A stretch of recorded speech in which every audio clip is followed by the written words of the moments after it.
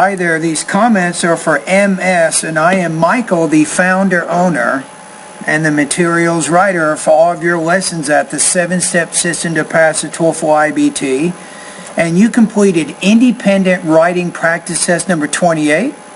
You are also one of my students in the English Language Program here at California State University, San Bernardino. So I got good and bad news here. The good news is you have very developed ideas. Incredible. You said so much in so little time. It's amazing. So very good with your topic development. You have a pretty good organization. The bad news is you do have some word choice and sentence structure issues. So I'm going to actually go through the essay right now and make a few corrections so you can kind of get used to what some of your problems are. So you want to say here, a neighborhood is a very important place in our community.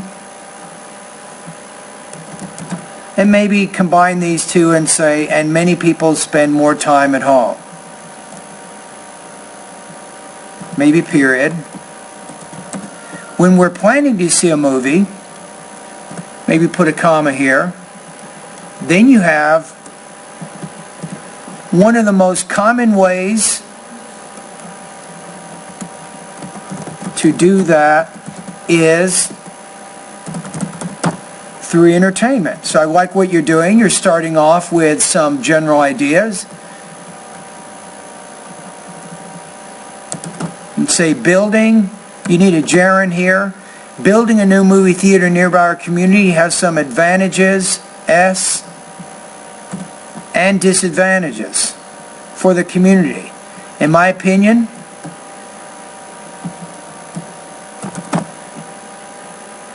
building a theater in my neighborhood has more advantages than disadvantages. So I'm going to say you're kind of being a little repetitious here. I don't think you need this sentence. Let's just get right down to it here. So in my opinion, building a theater in my neighborhood has more disadvantages than advantages. Has more disadvantages, right? It is very, you want to say here, noisy. And you want to use the adjective here, crowded.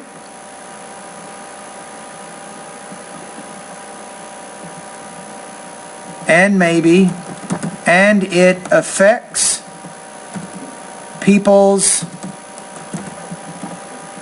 lives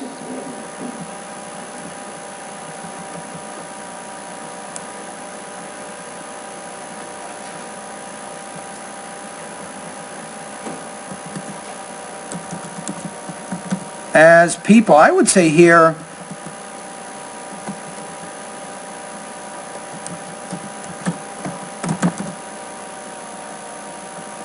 go to the theater on weekends instead of going to the library or other businesses. All right, let's see how you develop these ideas. So,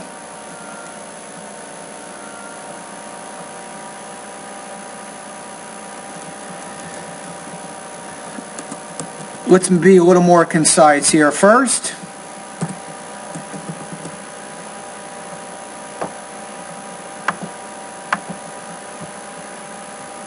shouldn't be up there. This is where I'm at, right? So first, a new movie theater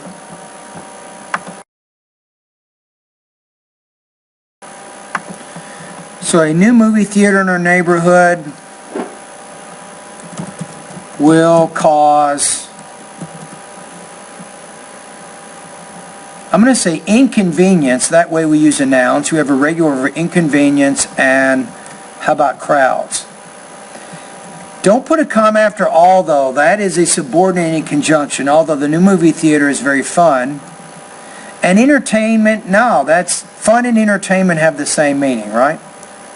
You don't even need that. How about this? Let's make this more concise.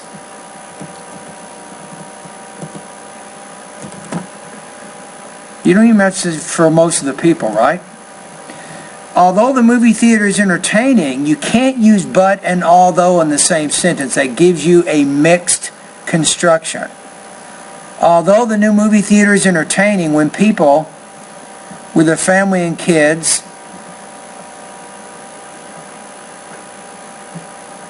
want to go to the theater, they must find places to park their cars. Therefore,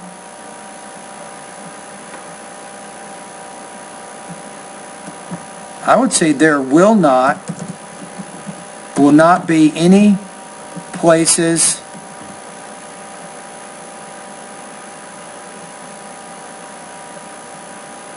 I'm going to say any places for my neighbors and me to park our cars. Maybe a little more concise here. There will not be any places for neighbors and me to park our cars. Furthermore, the noise of the cars, apostrophe here, plural, possessive, the noise of the car's engine will make the situation worse. People who live in the community nearby will suffer from the noises of the people.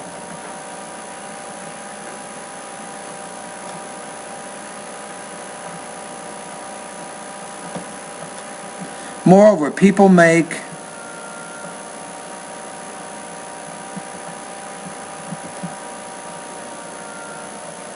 I would say here instead of moreover, you're introducing, it looks like, a more specific point. So then say something like this. For instance, people make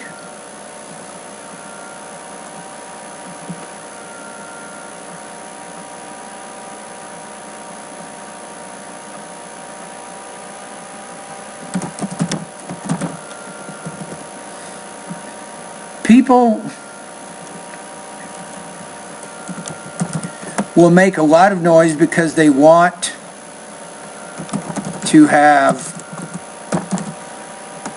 a happy time with their families. For example, one of my friends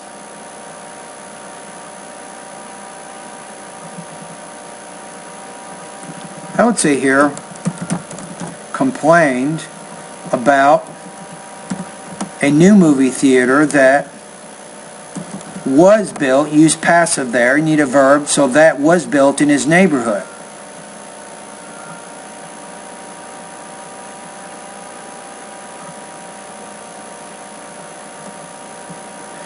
How about this? What if we did this? One of my friends complaining about a new movie theater built in his neighborhood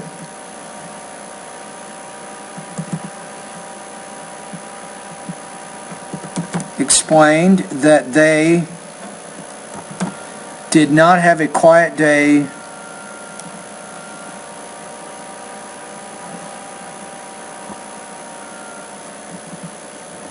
I think this is something happening even now, so they do not have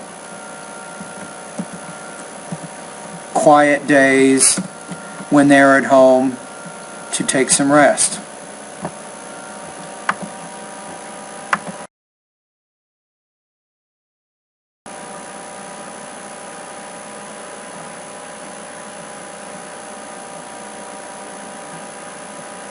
So then we have also people who live far away will drive to watch movies at the theater. These cars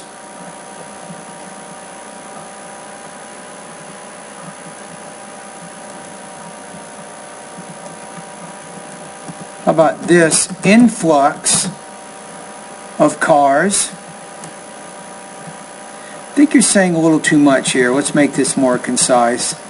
This influx of cars will make traffic is an uncount noun, so you can't put a before it. So this influx of cars will make heavy traffic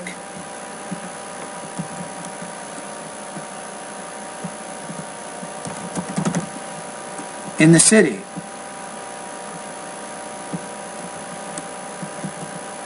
This is okay. So the traffic jams will not only make people late for the movie, but also, good parallel structure here. So the traffic jams will not only make many people late for the movie, but also will affect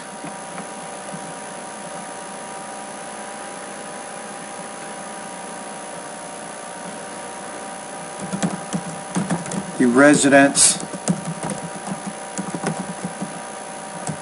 of my neighborhood. I would just say that. Okay, so I'm kind of running out of time here, but what I did is I actually went through and made corrections with 2 of your paragraphs, right? So I'm not going to be able to do all of them, but you can see you have quite a few word choice and some sentence structure things going on. So you have to polish the writing a little bit more than it is. But your organization is actually pretty good, right? So you have a very good sense of how to develop your ideas. You know what to do there. And you know how to give examples to support your reasons, which is also good. Okay, so let me check just one more thing. Let me check spell check here.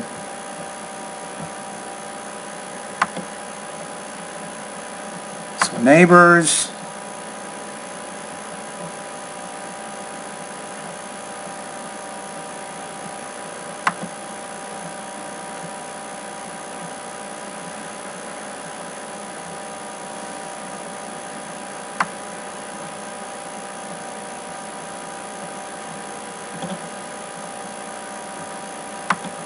You have of. So we'll stop there for right now. So I'm not going to be able to make all these changes. I want to say here of my neighborhood, right?